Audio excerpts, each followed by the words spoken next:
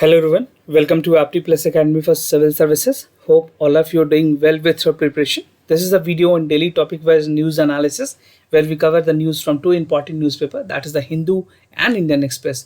इन दोनों न्यूज़पेपर से जो भी न्यूज़ आपके civil services examination point of view से इंपॉर्टेंट है, we'll understand that news in a very simple and a fashionable manner so that you get a holistic picture out of the news, right? So let's get started. So today's 14th of September. So the first topic is India's cancer burden. This is an important data related editorial which is very relevant for your examination. The second topic is status quo on the LAC, that is line of actual control after the point meeting which was there between the India and China. कुछ important news यहाँ से भी है. The third topic is COVID-19 vaccine by the early year, that is next year by 2021. Basically जो हमारे health minister हैं उन्होंने कुछ ऑफिशियल स्टेटमेंट्स दी है regarding the vaccine development. And the fourth topic is nurturing India. And the last topic is mutual fund regulation. SEBI के जो नई guideline आई है म्यूचुअल फंड को लेकर के, so there are some important news pertaining to the mutual funds. Apart from all this news, we'll have some MCQs question at the end of this video and the explanation of Saturday question. तो जो Saturday के questions थे उसके correct options और explanation दोनों मैं आपको बताऊंगा. So वीडियो के अंत तक बने रहे so that you come to know the correct answers and explanation of the question. And those of you who are new to our channel, do not forget to subscribe Apti Plus Academy on the YouTube. And if you like this video, do not forget to give a thumbs up. Now the first topic, that is India's cancer burden. You can find this editorial in the second page of the basically in the editorial page of the Hindu, today's Hindu.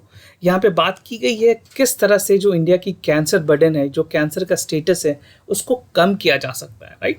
So this is very important for your general studies paper 3, जहाँ पे health related topic already आपके में mention है, and equally important for your prelims examination, right?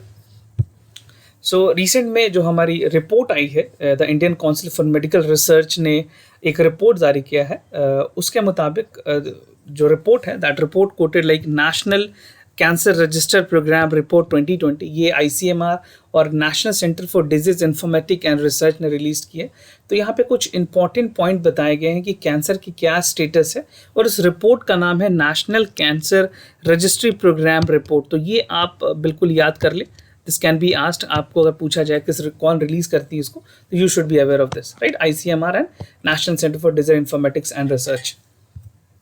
तो क्या क्या की points हैं इस रिपोर्ट्स में बताया गया है कि जो नंबर्स हैं केसेस, जो बेसिकली जो पूरे केसेस हैं, आपको अगर मैं बताऊं जो कैंसर के, तो उसमें टच लाइक 15.6 लाख बाय 2025, और अभी जो प्रेजेंट है दैट इज 13.9 lakhs बाय 2020. तो ये प्रेजेंट की स्टेटस है किस बार की. This is something which is in the present and it is advocated कि 15.6 के आसपास हो जाएगी 2025 तक. और जो सबसे बड़ी कारण है कैंसर की इंडिया में, वो है tobacco related cancer, and this is estimated to contribute 21.7% of the total cancer burden. तो 27.1% लोग ऐसे हैं जिनको टबैको कंज्यूम करने से उनको सबसे ज़्यादा कैंसर होती है.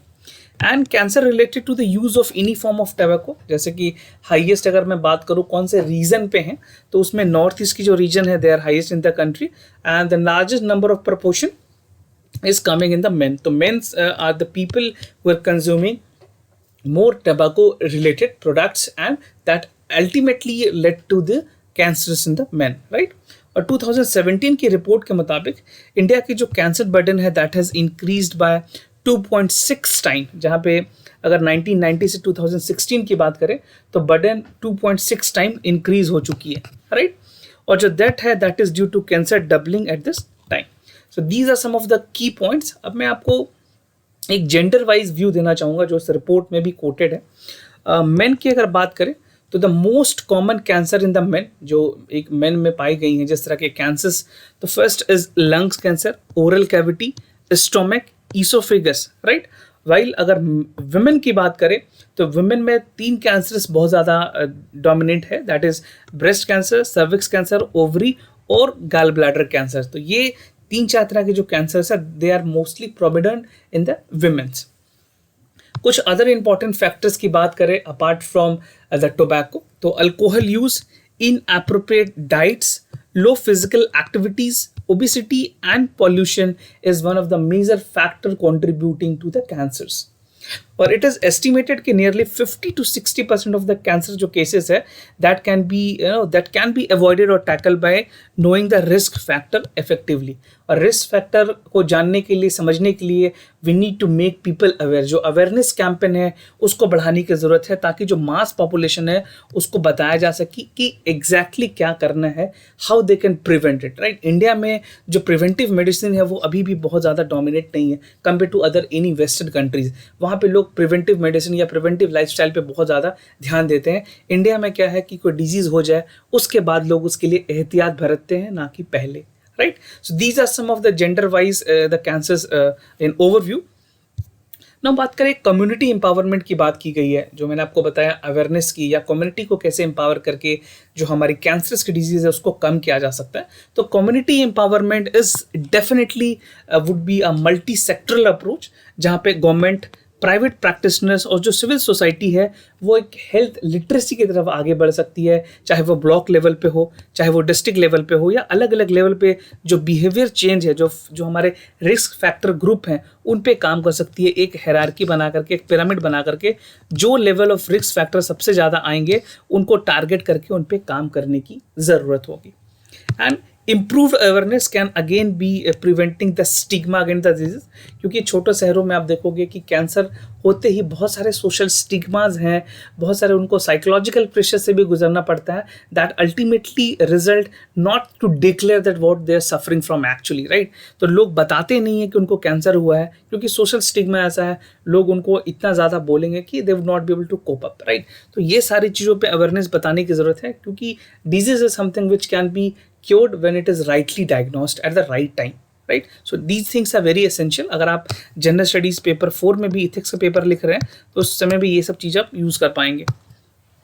Now India is committed to achieve 1/3 of the reduction in the cancer related by 2030। जो हमारी सस्टेनेबल डेवलपमेंट गोल, जो SDG के टारगेट्स हैं, उनके हिसाब से अगर प्रोग्रेसिव देखें तो कुछ हद तक प्रोग्रेस मिली है, but we have a lot to do, right. Still the country need to formulate a sustainable policy, a long term policy, a policy which is indeed which be favoring the people who are actually suffering from the cancer would be the need for the hour। और government को इस पर बहुत ज़्यादा ध्यान देने की ज़रूरत है।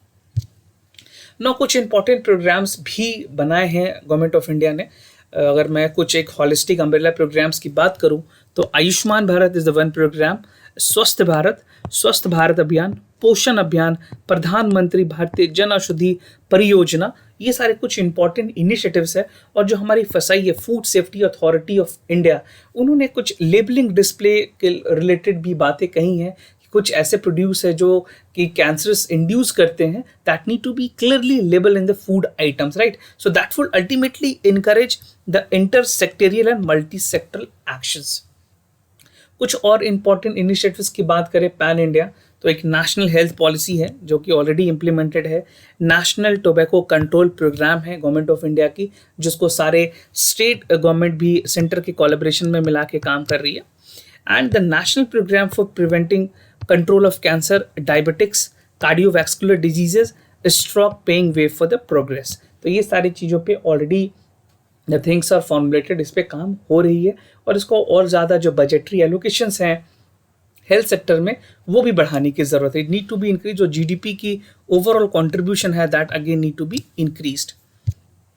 ना अगर कंक्लूड करें इसको, जो कैंसर के टॉपिक है जो ऑलरेडी इस एडिटोरियल में डिस्कस्ड है, तो cancer cause the loss of life and a tremendous sub economic impact, socio economic impact काफ़ी ज़्यादा है।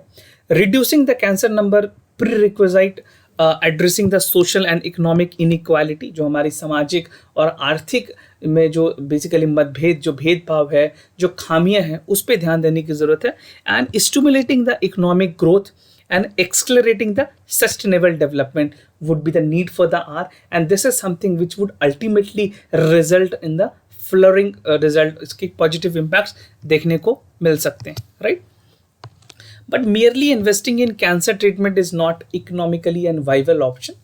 हमें जो हमारी प्रिवेंटिव मेडिसिन है, जो मैंने आपको पहले बताया, कम्युनिटी को अवेयरनेस करना या लोगों को एक्चुअल में बताना कि how they can prevent it would be definitely more worthwhile rather than investing more on the treatment, right. And we need to focus on the key aspect कि किस तरह से रिस्क रिडक्शन है उसको किया जा सके, अर्ली डिटेक्शन पे काम किया जा सके, problematic and policy solution is very important, right. तो एक प्रैग्मेटिक तरीके से पॉलिसी बनाने की जरूरत है जहाँ पे large number of people, large masses of the people is ultimately being benefited, right. So this would be the ultimate conclusion for this topic. Now moving to the other topic. So the other topic is status quo in the LAC. This is about the line of actual control. आपके general studies के paper 3 के लिए बहुत ही ज़्यादा important है और कुछ fodder points आपके प्रीलिम्स के लिए भी इंपॉर्टेंट होंगे. तो रिसेंट में जो फॉरेन लेबर मिनिस्टर की जो मीटिंग हुई है इंडिया और चाइना में, वहाँ पे बहुत सारे बातों पे देयर स्टेटस को हैज़ बिन मेंटेन. और आफ्टर द 5 पॉइंट एग्रीमेंट, आपको मैंने इसको पहले भी डिस्कस किया था, एक 5 पॉइंट एग्रीमेंट हुई है between India and China. So this is something which is considered to be the very concrete and very positive in terms of the India and China bilateral relationship. तो दोनों country ने agree किया है कि जो stand of चल रही थी अप्रैल मई के टाइम से ऑलमोस्ट क्लोज टू 3.5 months, वो अब बहुत हद तक एक कंक्लूसिव तरीके पे पहुंची है. और दोनों कंट्री कोशिश ये करेगी कि किसी भी तरह से किसी जगह पे प्रोवोकेशन ना हो. So there is a freeze in all the movement and activities along the line of actual control in the eastern Ladakh region. ये सारी बातें मैं आपको एक ओवरऑल कंटेक्स्ट में बता रहा हूँ because we had already discuss the news a lot of time. कम से कम हमने 2-3-4 बारी इसको न्यूज़ को डिस्कस कर लिया है. So hope you are thorough with the topic. Now अगर बात करें साउथ बैंक की, तो जिस तरह से 1975 के बाद ऐसा पहली बार देखा गया कि जहाँ पे किसी हमारे इंडियन सोल्जर की डेथ हुई है और एडिशनल जो डिप्लॉयमेंट थी फिंगर एरियाज पे उसको भी कम कर दिया गया ऑन द नदर बैंक. और जो चाइना जिस तरह से मैसिव बिल्डअप कर रही थी till 8th of September it was being reported that has completely been freezed and come to a stand off, right. और जो ग्राउंड लेवल में जो कमांडर लेवल की टॉक हुई, जो मिलिट्री लेवल की टॉक हुई, वो आगे भी कंटिन्यूड रहेगी ताकि एक जो कॉन्फिडेंस बिल्डिंग मेजर्स है उसको बरकरार रखा जा सके. एंड द ऑफिशियल सेट कि जो दीप सैंग हॉप, जो हमारी हॉट स्प्रिंग्स हैं, जो गैलवान है, इसमें किसी भी तरह के जो मोबिलाइजेशन है that was not has been seen since July. So let's see how this area would also be taken into the action because ये एरिया भी काफ़ी वैसे थे जहाँ से डिस्प्यूट स्टार्ट हुई थी. अगर आपको गैलवान वैली के बारे में याद होगी तो यहाँ पे सबसे पहले द रिपोर्ट जो चीज़ें रिपोर्ट की गई थी चाइनीज़ की तरफ से वो गैलवान वैली में ही थी. Now India has accused China for not adhering the disengagement process, जो de-escalation हुई थी चाइना की तरफ से. तो अब चीज़ों को धीरे धीरे जो नेशनल सिक्योरिटी लेवल पे भी इसको एड्रेस किया गया, मिलिट्री लेवल पे भी बातें की गई और डिप्लोमेटिक लेवल पे टॉक तो हुई है, जिसके बाद we have come to a conclusion कि ठीक है, will be freezing the movement neither from the China nor from the India side, right. तो कम्प्लीटली एक म्यूचुअल तरीके से दोनों कंट्री ने एग्री किया है. वी आर होपिंग बेस्ट कि इसके साथ चाइना कंटिन्यू रहता है because China has a habit of not continuing it's words, it's commitment. So let's see what is the next course of action that China is going to follow. Now the other topic is COVID-19 vaccine by the early next year. This is again there in the Hindu. आपको आज के हिंदू में मिल जाएगा. और इस तरह के point आपके मोस्टली प्रीलिम्स के लिए ज़्यादा इंपॉर्टेंट है, बहुत ही फैक्चुअल पॉइंट्स है. तो मेंस में इसका कॉन्ट्रीब्यूशन कोई खास नहीं है. मेंस में आप कहीं ऐड कर पाओगे but not in general it is important for the mains, right. तो हमारे जो हेल्थ मिनिस्टर हैं उन्होंने सोशल मीडिया इंटरेक्शन के थ्रू ये कहा कि जो वैक्सीन आनी है वो क्वार्टर 2021 तक आ जाएगी, 2021. So somewhere it is expected कि मार्च से पहले पहले वैक्सीन की मास प्रोडक्शन हो जाएगी इंडिया में, राइट. और जो कॉन्फ्रेंस की गई उसमें ये बताया गया कि जो सीनियर सिटीजन हैं, जो कोमॉर्बिडिटीज़ के लोग हैं या जो ऐसे लोग जो फ्रंट लाइन हेल्थ वर्कर हैं, उन लोगों को सबसे पहले वैक्सीन अवेलेबल कराई जाएगी. उसके बाद फिर नॉर्मल सिटीजन के लिए अवेलेबल होगी. एंड गवर्नमेंट इज कंसिडरिंग कि जो ऑथराइजेशन है कोविड-19 वैक्सीन की, that is specially in the case of senior citizen people who are in the high risk setting. तो इन लोगों को सबसे पहले, right. And the vaccine is ready, the vaccine can be ready in the first quarter, जो मैंने आपको पहले बताया 2021 तक ये रेडी होने की बहुत ज़्यादा चांसेस है. ये ऑलरेडी और इससे भी पहले हो जाती. जिस तरह से एस्ट्राजेनिका की जो वैक्सीन थी यूके में, वहाँ पे कुछ केसेस रिपोर्ट किए गए हैं कि जो सिम्टम्स है after the administration of the vaccine, कुछ जो वॉलंटियर को अच्छे सिम्टम्स नहीं दिखे, देवर उनके तबीयत खराब होते गए, उस वजह से इस चीज़ों को थोड़ा डिले हुआ है. But we are expecting somewhere in the first quarter of the 2021. तो government has still not fixed the vaccine launch. अभी डेट नहीं फिक्स की गई है. एक एंटिसिपेशन किया गया है कि इस क्वार्टर में हो सकती है। एंड टू अले the fear regarding the safety, health minister ने कहा कि अगर किसी को कोई प्रॉब्लम है कि वैक्सीन की ऑथेंटिसिटी क्या है, तो वो खुद ही सबसे पहले उसका शॉट लेना पसंद करेंगे ताकि लोगों की जो ट्रस्ट डेफिसिट है वो कम हो सके, right. So this is a good statement coming from the health minister of India. Now, government is also working to take all the full precautionary in conducting the human trial. जो ICMR है, AIIMS और जो हमारी जितनी भी बड़ी organisations है, serum institute of India है और उसके बाद कोवैक्सीन भी बन रही है. So these are some of the important institution that are working in the vaccine productions, right.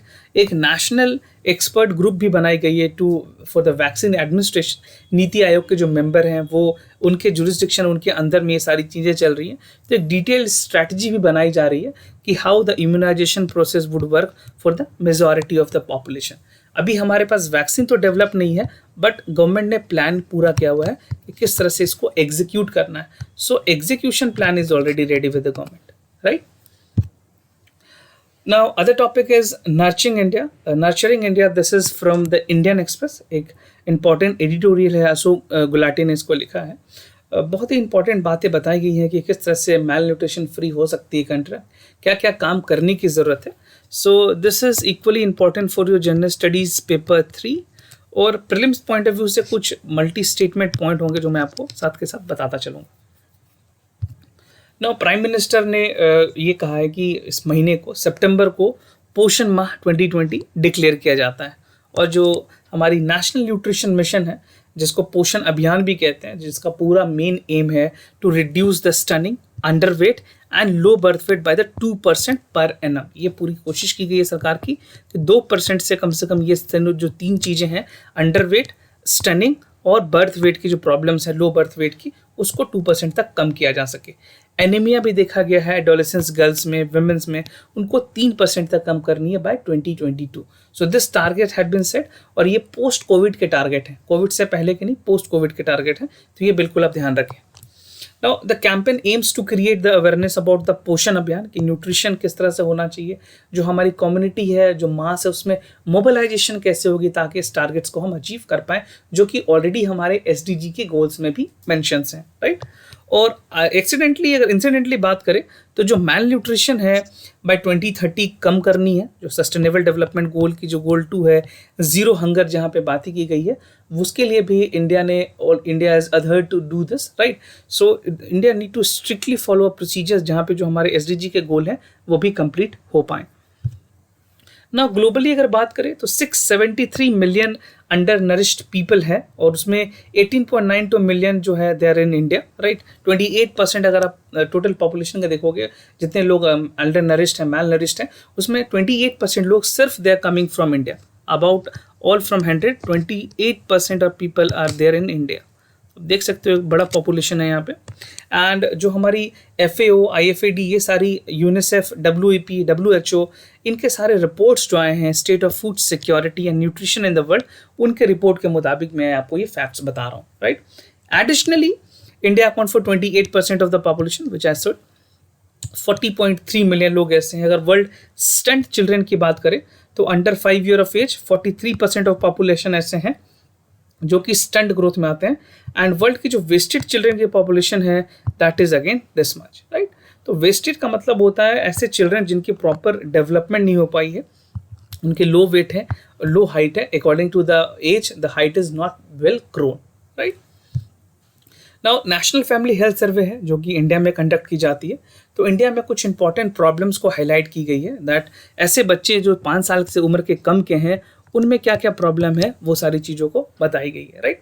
So national family health सर्वे के मुताबिक जो अंडर वेट है और जो स्टंट चाइल्ड है, दे वेर 35.8%. जो अंडर वेट है वो 35.8% है और जो स्टंट चिल्ड्रन है उनका ratio 38.4% out of the 100%. And in general अगर बात करें स्टेट्स लाइक झारखंड, बिहार, उत्तर प्रदेश, मध्य प्रदेश, राजस्थान, गुजरात, इनमें जो अंडर वेट की जो हमारी पॉपुलेशन है, that is more than 40%, combining all this states. Now way forward की अगर बात करें तो गवर्नमेंट ने कुछ इंपॉर्टेंट इनिशिएटिव्स भी लिए. यहाँ पे बात ये की गई है, कुछ सजेशंस दिए गए हैं अशोक गुलाटी की तरफ से. तो उनके मुताबिक जो मदर्स एजुकेशन है दैट इज़ वेरी इंपॉर्टेंट, उनको एक हायर लेवल ऑफ एजुकेशन दिया जाए, क्योंकि अगर एक महिला घर में जागरूक है, सशक्त है, so he can teach a lot number of people of the family, he is ultimately handling the entire family. तो ये बहुत ही इंपॉर्टेंट है कि मदर एजुकेशन बहुत अच्छे से हो, ताकि उनको न्यूट्रिशन, अपने बच्चे के बारे में, खुद के बारे में वो ध्यान रख पाएँ। और जो वॉश इनिशिएटिव है, जहाँ पे सेफ ड्रिंकिंग वाटर, सैनिटेशन और हाइजीन की बात की गई है, that is very important in providing critical nutrition to the children. और यहाँ इस वॉश इनिशिएटिव के थ्रू हम इन सारी चीज़ों को इम्प्रूव भी कर सकेंगे। Now leveraging the agriculture policies, जो गवर्नमेंट की जो न्यूट्रिशन से रिलेटेड पॉलिसीज़ है, उनको रीइंफोर्स करने की ज़रूरत है। जो डाइवर्सिफिकेशन है towards the nutritional rich diets, क्योंकि अभी बहुत सारे ऐसे इंस्टीट्यूशंस हैं, अगर हार्वेस्ट प्लस प्रोग्राम के बारे में अगर आपने सुना होगा, जो कि हमारी Indian council for agriculture research ICAR कर रही है, इसमें बहुत सारे फोर्टिफाइड फूड्स बनाए जा रहे हैं। फोर्टिफाइड फूड्स वो फूड्स होते हैं जिनमें किसी एक या दो न्यूट्रिएंट की स्पेसिफिक क्वांटिटी बढ़ाई जाती है साइंटिस्ट के द्वारा, right. This fortified food is like alter food. आप जिस चीज़ की न्यूट्रिशन बढ़ाना चाहते हैं उसका न्यूट्रिशन बढ़ा सकते हैं। तो इंडिया में जैसे सबसे बड़ी प्रॉब्लम है आयरन की, महिलाओं में खास करके जिंक की जो प्रॉब्लम है, उसको बायोफोर्टिफाइड फूड्स के थ्रू एड्रेस किया जा सकता है। लाइक मिलेट्स हो गए, जिंक बायोफाइड फूड्स हो गए, आयरन बेसिकली राइस, वीट्स और आयरन बेस्ड मील्स, ये सारे इंडिया में अवेलेबल बनाने की कोशिश की जा रही है। So this is through the harvest plus programme. तो कभी भी आप अगर जनरल स्टडीज पेपर 4 में भी लिख रहे हैं तो ये चीज़ें आप मेंशन करें, और 3 में तो ये इंपॉर्टेंट है ही है, right. Now the last topic of the day, mutual fund regulation. ये भी आज के इंडियन एक्सप्रेस से है, जहाँ पे म्यूचुअल फंड्स को लेकर के जो हमारी security and exchange board of India, जो सेबी है, मार्केट रेगुलेटर है, उन्होंने कुछ इंपॉर्टेंट बातें कही हैं। तो ये आपके प्रीलिम्स के लिए बहुत ही ज़्यादा इंपॉर्टेंट है। मेंस में जनरल 3 में ये कंट्रीब्यूट करेगी, जनरल स्टडीज़ पेपर 3 में। तो mutual fund have many options, ठीक है, जहाँ पे they have to meet 25% of the requirement on the multi cap scheme, ये सेबी का कहना है। जो कैपिटल मार्केट रेगुलेटर है सेबी, उनके मुताबिक उन्होंने एक रीसेंट गाइडलाइन दिया है, जहाँ पे ये बताई गई है कि जो मिनिमम इन्वेस्टमेंट है in equity and instrument related to medium, large and small companies, उसमें कुछ कैपिंग की गई है। तो सेबी के मुताबिक जो सितंबर 11 को उन्होंने एक सर्कुलर दिया था, वहाँ ये बातें बताई गई है कि जो मीडियम स्मॉल कंपनीज होंगे, that should be investing minimum 25% of their each total asset by 2021। तो उनको कम से कम 25% करना है। लेट्स सी कि इसके ऊपर की कैपिंग क्या है, अपर लिमिट क्या है, बट मिनिमम इज 25%, राइट। और according to SEBI mutual funds, जो हमारे म्यूचुअल फंड्स मार्केट को रेगुलेट करती है, उसके मुताबिक they have the option to meet the requirement of 25% limit on the multi cap schemes based on the principle of unit holders. Unit holder के जो preference है उनको ध्यान में रखते हैं मल्टी कैपिंग की स्कीम्स भी बनाई गई हैं। Now apart from the rebalancing, जो पोर्टफोलियो होती है मल्टी कैप को लेकर के, तो यहाँ पे जो म्यूचुअल फंड्स हैं उसमें it could facilitate switching to other scheme by the unit holders, उनको एक अपॉर्चुनिटी भी दी गई है। And merging this multi cap scheme would be a larger cap, जहाँ पे कन्वर्ट किया जा सकेगा multi cap scheme to the another scheme category. अगर छोटे से एग्जांपल के तौर बताऊँ वो, जहाँ large cum medium cum scheme पे भी स्विच किए जा सकते हैं। अब बढ़ते हैं अपने आंसर्स की तरफ। जो सैटरडे के सवाल थे उसके करेक्ट ऑप्शंस और एक्सप्लेनेशन मैं आपको बताऊंगा। So for the first question, the correct option here is B, that arsenic is highly toxic in its inorganic form. The statement was incorrect. The correct statement is this. And the second statement was correct, that the arsenic is naturally present in the high level of groundwater and numbers in the countries, right? तो this you can find the detail in the NCERT class 11th of the, जो class 12th की भी जो NCERT है उसमें भी सारी चीज़ें डिटेल में दी हुई है, तो आप NCERT से भी पढ़ सकते हैं। और मोर और less you can do Google for the arsenic, you get the exact information over there. Now question number 2, जहाँ पे जो करेक्ट ऑप्शन है that is C, that NRI bond are issued by the Reserve Bank of India to the non-resident Indian who are interested in investing in India. Since the bond offer higher return than the similar investment, they can be used as a tool to attract the capital, and domestic asset fail to attract the foreign investors. और जो second statement है वो भी correct है, that the NRI bond is theoretically help to increase the demand of rupee and stabilize its value against the dollar, right? So this news many a times has been reported in the Hindu and Business Standard. So this is more of an inferential question where a concept, if you have a clear concept, you can easily answer these questions. Now let's move ahead to the today's MCQ of the day. आज के जो सवाल है उसकी तरफ आगे बढ़ेंगे. So the first question is coming from static portion of geography. So आपको मुझे इंटरट्रॉपिकल कन्वर्जेंस जोन से रिलेटेड जो स्टेटमेंट है उसके आंसर बताने हैं. So it is a total pressure, it is a low pressure zone located in the equator. बताना ये क्या है, लो प्रेशर एरिया है जो कि इक्वेटर पे लोकेटेड होता है.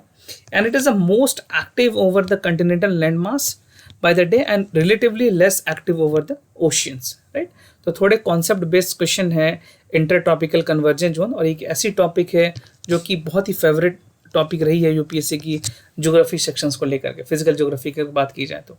Right, so you have to select the correct option A, B, C or D, right? You can choose any one of them, and if you have any additional information regarding ITCZ which you have, you can share that information in the comment section down below. Now the second question is from the modern history with reference to Young Bengal movement. Consider the following statement. The movement was inspired by the American Revolution and it was launched by the Henry Louis Vivian DeGioia. So you have to choose the correct option again, A, B, C or D. Any additional information which you have can again be shared in the comment section, right? So do participate, write your answer in the comment section down below. And if you have any other concern, do let us know. We'll be more than happy to assist you. For time being, I'm signing off. Wish you all the best. Stay home, stay safe. Thank you so much.